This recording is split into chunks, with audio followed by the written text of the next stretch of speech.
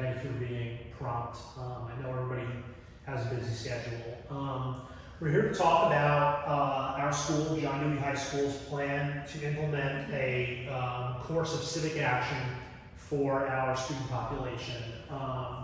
Over the last year and a half, both the state of New York as well as New York City's public school system have really made a strong effort to try to get schools and get districts to incorporate civic knowledge and civic experience into their curriculums and into the day-to-day operations of their buildings. Our objective today is to kind of talk about how we're going to do that here and what that process is going to look like going forward this year into subsequent years. The way that we have this structured is I'm going to talk for about 15 minutes, and then we'll have some time for a Q&A, and we'll be able to address any misconceptions or any questions you guys may have.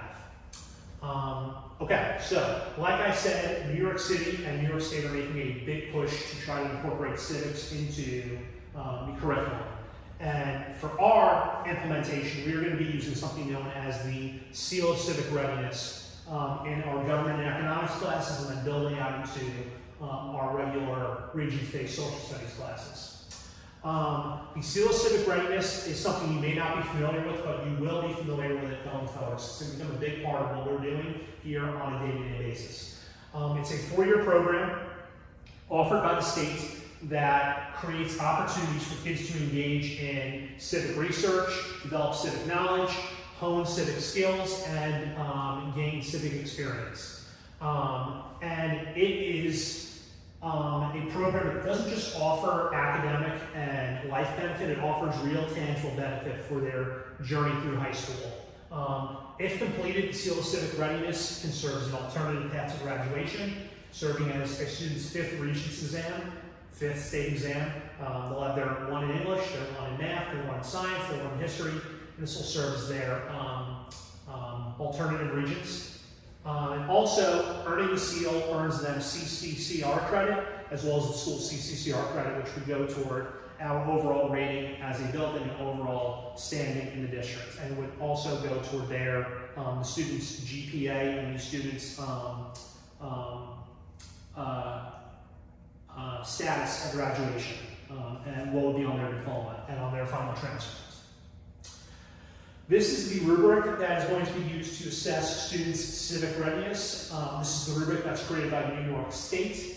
It falls into 2 categories, civic knowledge as well as civic participation.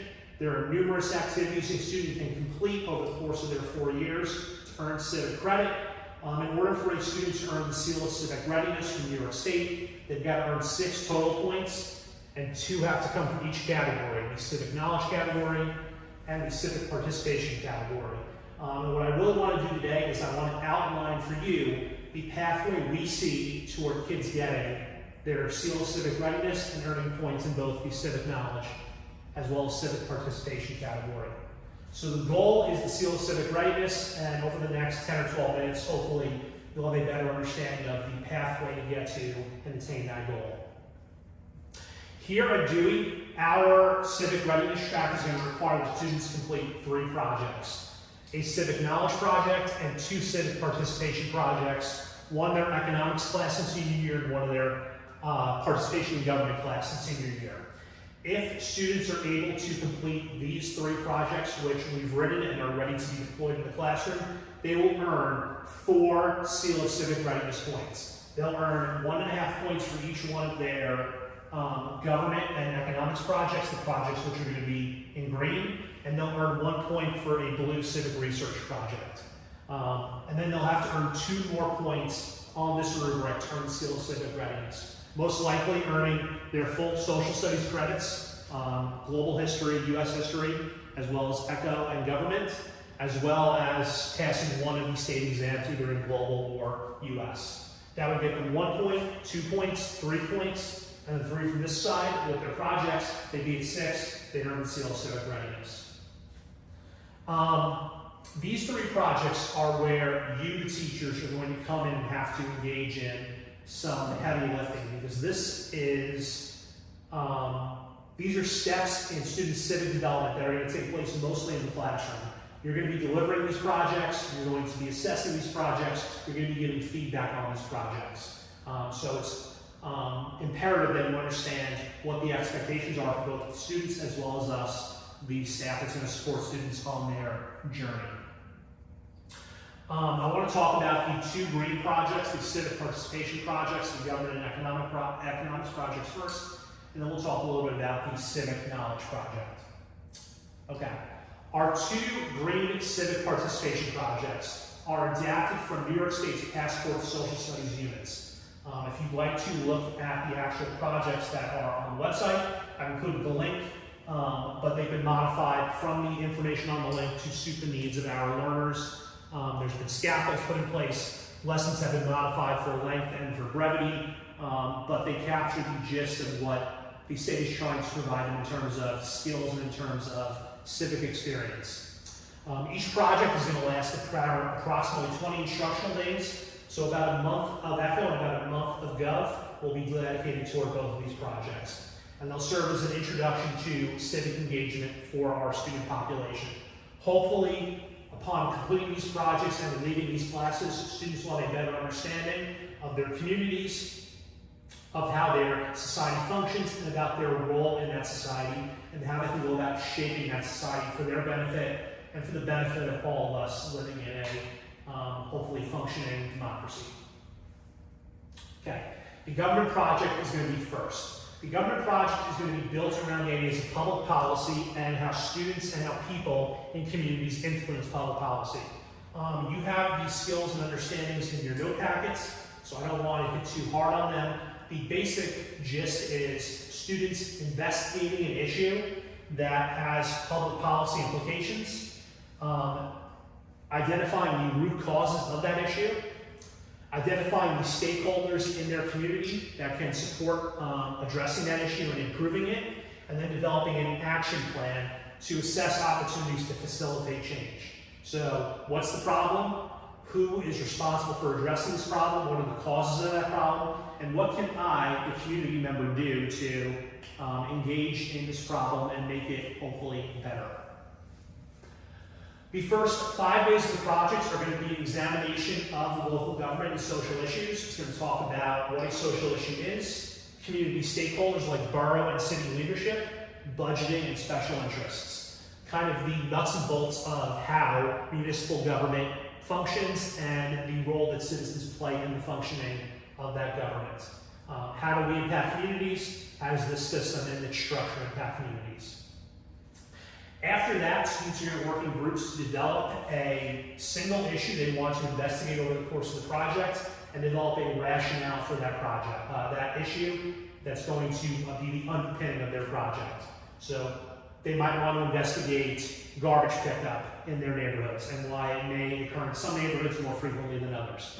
They might want to investigate school funding or library funding. It's got to be an issue that affects their community, that has a substantive impact on their lives and the lives of the people in their community, and they've got to develop a rationale about why they believe this is a project or this is an issue worth investigating. They'll fill out this graphic organizer to keep them organized in their rationale development. It's a step-by-step process by which they can engage in hopefully meaningful research. And you'll have access to this document and you'll be able to modify it to meet the individual needs of the kids in front of you and support them as best you can. After engaging in an analysis of their issue and a rationale of why that issue is going to be the one we're going to investigate, the kids are next going to perform a root cause evaluation. They're going to look at the primary reasons that this issue exists in their community, and then they're going to start surveying stakeholders in their community, leaders, adults, workers, students, whoever's being affected, to get their perception of the issue.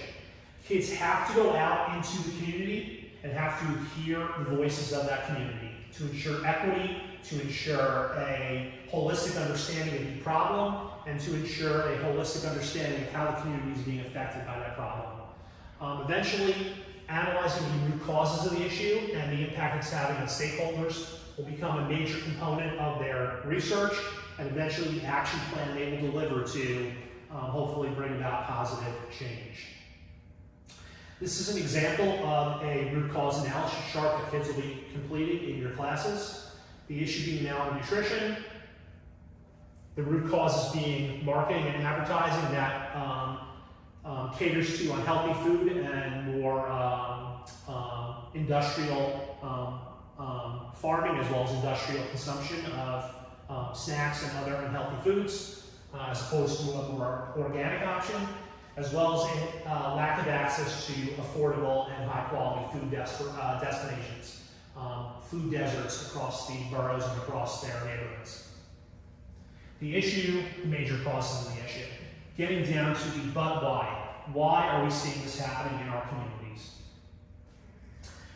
They'll develop questions to interview their stakeholders with. They'll use this graph as well as this chart to make sure they model out appropriate questions. Their questions have to be both open-ended as well as closed-ended, ranked questions as well as Likert scale questions. So they want a breadth and depth of survey questions. It can't just be, what do you think about this issue? It has to be a well-thought-out, standardized, research-based question model that they're deploying to 12, 15, 20, 25 stakeholders, depending on how many they're able to get into contact with and access. The next stage of the plan is to identify the government agencies and policies that can address the issue. We've got our civic issue, we've got its root causes, we've got the perception of stakeholders. Now, what organs of government exist to address this issue? And from this analysis and this evaluation, plans of action can be formulated. We're going to give students a breakdown of the different city organizations that exist in our community, their budgets, their responsibilities, and their size. We're going to ask kids to be able to address these two questions. How is this appointed system supposed to impact the root cause of your issue, and to what extent is that root cause being addressed? How well is government doing its job? And if it's not doing a good job, why? If it is doing a good job, why? But if it's not doing a good job, what are the root causes of that as well? And what can we do to make them better? Another organizer for them to fill out. Over the course of the 20 days of the lesson the unit, students will continuously have sporadic formative assessments and check-ins that'll take the shape of these graphic organizers, as well as extended reflection pieces, which we're going to develop and implement together. And then the final piece of the puzzle is the civic action plans students will develop. They'll work in groups to assess all of their research and evaluation of that research to develop a plan of action to address the issue they've researched. What can we do as stakeholders? Granted, stakeholders are still in high school and still are not yet fully invested with political power.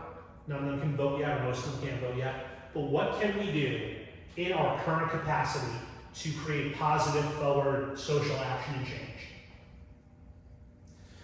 Some examples of things students can do. They'll research different social action strategies, and they'll find the ones that they believe are the most effective for their specific issue. And then they will develop their action plans together. The final piece of the puzzle for this project is going to be students developing an action portfolio where all of their work is contained and displayed. Their rationales,